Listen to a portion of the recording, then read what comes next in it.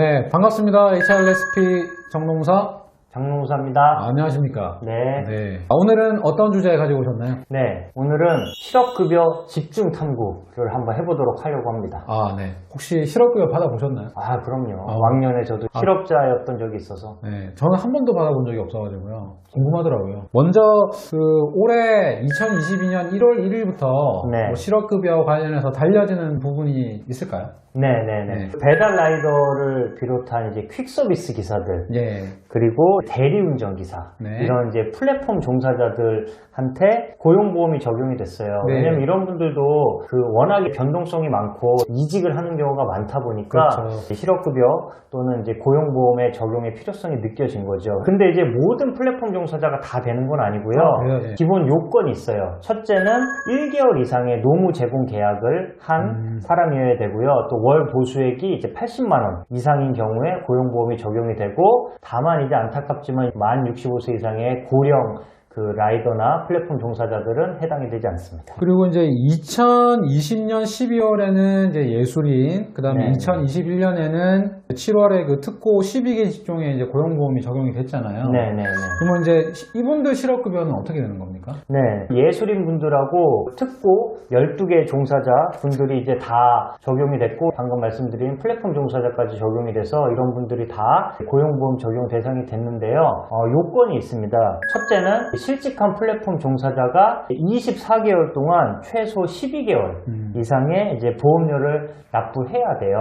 사실 일반 근로자보다는 조건이 좀 더 까다로운 거죠. 180일인데 여긴 12개월이니까. 그리고 당연히 실직 사유가 비자발적인 이직이어야 하고요. 다만 수입이 달라지기도 하니까 월 수입이 30% 이상 줄었다. 그렇게 해서 이제 이직을 하는 경우에는 비자발적 이직으로 인정을 해줍니다. 그것도 본인이 입증을 하셔야 되겠네요. 그럼요. 수입료 명세서나 이런 거를 제출을 해야겠죠. 그 다음에 적극적인 재취업 노력을 당연히 해야 되는 거고요. 그건 공통된 요건인 것 같고요. 근로자와 동일하게 1일 수입의 60%를 가입 기간하고 연령에 따라서 최소 120일에서 270일까지 받을 수가 있습니다. 그러면 실업급여 자체는 정확히 말하면 이제 구직급여와 구직촉진수당으로 나뉘잖아요. 그거 설명 한번 해주시죠. 실업급여라고 하는 게 이제 구직급여하고 구직촉진수당인데 그 중에 이제 구직급여를 많이 얘기를 하죠. 구직급여는 내가 비자발적으로 이직을 했는데, 그래서 실업자 상태에 있는데 계속해서 구직을 하려고 노력해도 아직 구직이 안 됐을 때 생활비를 지원하는 그런 개념이라고 보시면 되고요. 구직 촉진수당은 국민 취업지원제도의 일환으로 이제 저소득층이나 그런 청년들한테 별도로 취업 지원을 해주는 그런 제도라고 보시면 되겠습니다. 공통되게 실업급여, 그리고 지급받을 수 있는 기준 알려주시면 좋을 것 같아요. 방금은 아까 특수고용 종사자들의 이제 예외적인 실업급여 지급 대상을 말씀드렸고요. 이제 일반적인 근로자들이죠. 근로자들의 실업급여 지급 대상은 이와는 좀 다른데요. 첫 번째, 이직일 기준으로 18개월 동안 이제 180일 이상을 이제 고용보험에 가입이 되어 있어야 하고요. 두 번째로는 이직 사유가 당연히 똑같이 비자발적이어야 됩니다. 그래서 다른 회사로 이직하거나 학업이나 육아를 이유로 내가 자발적으로 이직한 경우에는 해당이 되지 않죠. 그리고 재취업을 위한 노력을 계속 해야 돼요. 그러니까 만약에 비자발적으로 내가 해고를 당했어요. 그렇다 하더라도 우리 아버지가 건물주여서 나는 그냥 임대료 받으면서 편하게 살래요. 이런 사람한테는 구직급여이기 때문에 지원이 되지 않습니다. 그러면 자발적으로 퇴직하면 실업급여를 못 받잖아요. 그러면 이제 사직서를 냈다 그러면 무조건 못 받는 건가요? 그렇진 않습니다. 사직서를 제출했다 그래도 자발적으로 낸 게 아닌 경우가 있죠. 예를 들어 회사가 경영상 어려움에 처해서 직원들을 일부 정리해고 또는 명예퇴직을 시켜야 되는 거예요. 그래서 직원들을 몇 명을 불러서 사직서를 좀 제출해주면 안 되겠습니까? 라고 권고를 하는 거죠. 그게 권고사직인데, 그거는 회사의 요청에 의해서 내가 사직을 쓴 거기 때문에 비자발적인 이직에 해당돼서 실업급여 대상이 되시고요. 또 하나는 내가 사직서 썼지만 임금이 2달 이상 밀렸어요. 그러면은 강제적으로 사직을 했다고 볼 수 있죠. 또한 내가 서울에 근무하는데 갑자기 부산으로 발령이 났어요. 그래서 출퇴근이 왕복 3시간 이상이 소요되는 곳으로 발령이 났을 때는 사직을 해도 비자발적 사유가 돼서 실업급여 대상이 되십니다. 네, 알겠습니다. 그럼 구체적으로 실업급여 요건에 해당한다고 했을 때 그 지급 기간과 금액 그거 알려주시면 좋을 것 같은데요. 네, 먼저 지급 기간인데요. 나이 기준으로는 딱 두 개입니다. 50세를 기준으로 만 50세입니다. 만 50세 미만이냐 아니면 만 50세 이상 또는 장애인이신 분들 이렇게 두 개로만 나눠서요. 아무래도 이제 만 50세 미만이 더 지급 기간이 짧겠죠. 그리고 근속 요건은 1년 미만에서 10년 이상까지 구간별로 이제 나눠져 있고요. 최소가 120일부터 최대 270일, 4개월에서 약 9개월까지죠. 그렇게 해당이 되시고요. 그 다음 실업급여 지급액은 평균 임금의 1일치의 60%입니다. 거기다가 방금 말씀드린 지급 일수를 곱해가지고 이제 월 단위로 지급이 되는 건데, 그러면은 임금이 월 200이신 분도 있고 몇 천만 원인 분도 있는데 그럼 엄청 차이 나는 거 아니냐 이러실 수 있는데, 상한액과 하한액이 있어요. 2022년 2월 현재 기준으로는 1일 실업급여 상한액이 66,000원, 그리고 하한액이 58,624원. 그러니까 그 폭이 크지가 않아요. 그래서 임금이 좀 차이가 나도 실업급여 받는 금액은 많이 차이가 나지 않는다, 이렇게 보시면 되겠고요. 고용보험료 납부를 그럼 얼마나 해야 되냐? 근로자의 경우에 이제 1.6%인데 회사와 직원이 반반씩 내니까 0.8%. 근데 22년 7월 1일, 올해 7월 1일부터는 이제 인상이 될 예정입니다. 그래서 1.8%. 그래서 근로자와 사업주가 각각 0.9%씩 납부를 하시면 됩니다. 네.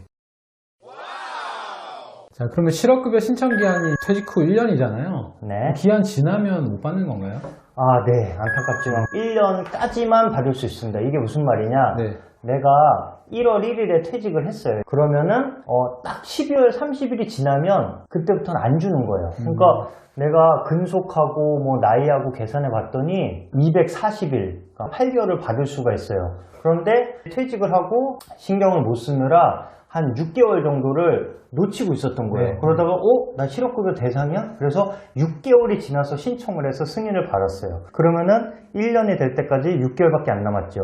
그럼 저는 원래는 8개월을 받을 수 있는 사람인데도 6개월이 지나면 딱 1년이 되기 때문에 이제 지급이 중지가 됩니다. 그럼 실업급여 신청은 어떻게 하면 되나요? 먼저 회사가 고용보험 피보험자 상실 신고를 하죠. 실업 신고를 하는 거예요. 그 다음에 이제 근로자는 구직 등록을 해야 되는데요. 고용노동부에서 관리하는 워크넷에서 이제 온라인으로 직접 하시면 되고요. 그 다음에 이제 수급 자격 신청 교육을 이수하시고, 그 다음에 이제 거주주간의 고용센터에 가시는 거예요. 가셔서 실업급여 수급 자격 인정 신청을 하셔야 되고, 마지막으로 이제 1에서 4주 단위로 가셔가지고 재취업 활동 증명하시고, 그 다음 실업 인정 신청을 받으면 실업급여가 지급됩니다. 제가 빨리 말씀드렸는데 이제 고용보험 사이트에 가시면은 이 내용이 친절히 나와 있으니까 그거 한번 보시면 되겠습니다. 네. 자, 그러면 이제 실업급여를 받는 중에 네. 내가 뭐 알바를 할 수도 있고 네. 이렇게 돈을 좀 벌 수도 있는 기회가 있잖아요. 네네. 그렇게 되면 실업급여 지급이 중단되나요? 원래 실업급여는 구직급여이기 때문에 재취업이 되면 그때부터는 실업급여가 지급이 되지 않는 겁니다. 근데 여기 말씀한 것처럼 아니 아르바이트가 무슨 재취업이냐 이렇게 얘기하실 수 있는데요. 그래서 기준이 있습니다. 1개월에 60시간 이상 또는 일주에 평균 15시간 이상을 근로를 하는 경우에는 아르바이트를 하더라도 재취업으로 간주를 해서 신고를 하셔야 됩니다. 네. 그렇지 않으면 이제 부정수급이 될 수 있어요. 그래서 주의를 하셔야 되고, 그 다음 내가 치킨집을 열었어요. 네. 이거는 재취업이 아니지 않냐 이럴 수 있지만 어쨌든 영리활동을 다시 하는 거잖아요. 내가 사업을 개시하더라도 신고를 하셔야 네. 됩니다. 그러니까 취업을 하시게 되든 사업을 하시게 되든 실업급여는 중단될 가능성이 있다. 말씀을 해주시는 거고요. 자, 그 다음에 이제 부정수급과 관련된 부분인데, 뭐 일전에 저희가 한번 영상에서 다루기도 했지만, 부정수급이 되면 또 어떻게 되는 건지 좀 알려주세요. 일단은 뭐가 부정수급이냐 궁금하실 텐데, 대표적인 건 딱 세 가지입니다. 첫 번째, 이직 사유가 내가 자발적으로 이직했는데 회사에다 이런 거죠. 권고사직으로 신고 좀 해주세요. 그래서 비자발적 이직인 것처럼 허위로 신고하는 거. 거짓말이죠. 그렇죠. 두 번째, 아까 내 평균 임금의 60%라 그랬잖아요. 그러니까 내 임금이 좀 작은데 좀 부풀려서 신고를 해주세요. 그래서 그것도 좀 실업급여액을 좀 높이는 거. 그 다음에 세 번째로 방금 말씀드린 것처럼 재취업을 했어요. 근데 안 한 것처럼 고용보험에 가입을 안 하고 일을 하면서 월급은 받고 실업급여도 받고 이거는 부정수급이 되죠. 그럼 부정수급을 하다가 걸리면 어떻게 되냐? 부정수급한 금액을 반환하는 건 기본이고요. 실업급여 지급도 제한이 되고 부정수급액의 최대 5배까지 추가 징수될 수 있기 때문에 주의하셔야 되고 돈만 내는 게 아닙니다. 형사처벌도 있어서 최대 5년 이하의 징역 또는 5천만 원 이하의 벌금이 부과될 수도 있으니까 그 범법자가 되는 거예요. 주의하셔야 되고요. 그 다음에 회사하고 나하고 이렇게 잘 입만 맞추면 되는 거 아니냐? 어떻게 걸리냐? 이렇게 생각하실 수 있는데 코로나19 시대가 되면서 그 실업급여 수급자가 많아졌잖아요. 그러면서 부정수급 사례도 많아져서 고용노동부에서 부정수급 제보에 대한 포상제도를 실시를 하고 있습니다. 그러니까 우리 동료인데 또는 내가 아는 사람인데 내가 부정수급한 걸 알고 있다가 신고를 하는 거예요. 거기에 따른 포상금을 받을 수 있으니까 어쨌든 부정수급을 하지 않으셔야 됩니다. 부정수급은 계속 말씀드리지만 뭐 이러면 되겠지 생각하면 이거 다 정부가 알고 있거든요. 그런 방식. 그래요. 그렇기 때문에 자발적 이직이라면 실업급여를 못 받는 걸로 뭐 예외가 아닌 이상 생각해 주시면 좋을 것 같고. 자, 그러면 이제 마지막으로 그 자영업 하시는 분들도 뭐 실업급여 받을 수 있나요? 자영업자들은 원칙적으로는 그 고용보험 가입 대상은 아니시죠.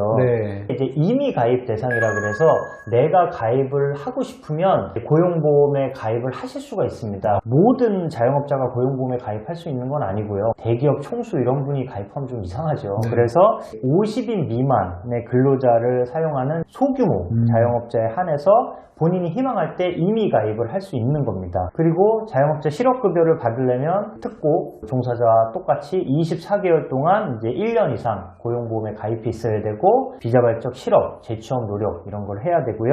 특이한 거는 자영업자들은 수입이 일정치가 않잖아요. 매달 다를 수밖에 없죠. 그래서 처음에 가입할 때 금액을 정합니다. 기준 보수를 내가 정하고 기준 보수에 따라 보험료를 내고 나중에 실업급여도 그 기준 보수를 기준으로 지급을 받게 되는 겁니다. 그럼 조금 높은 걸 선택하면 좀 나중에 많이 받을 수 있을 거고. 뭐 최소한으로 선택하면 또 적게 받을 거고. 그렇습니다. 그런 기준이군요. 알겠습니다. 실업급여의 목적 자체는 이제 구직 활동을 하는 사람을 돕기 위한 것이지 그냥 실직했다고 돈 주는 제도가 아니라는 거 알고 계시고 부정수급 절대 하시면 안 된다는 거 말씀드리면서 본인의 권리를 잘 찾을 수 있도록 해주시면 좋겠네요. 자, 오늘 영상 감사드리고요. 오늘 영상이 마음에 드셨다면 구독과 좋아요, 알림 설정 꼭 부탁드리겠습니다. 감사합니다. 감사합니다.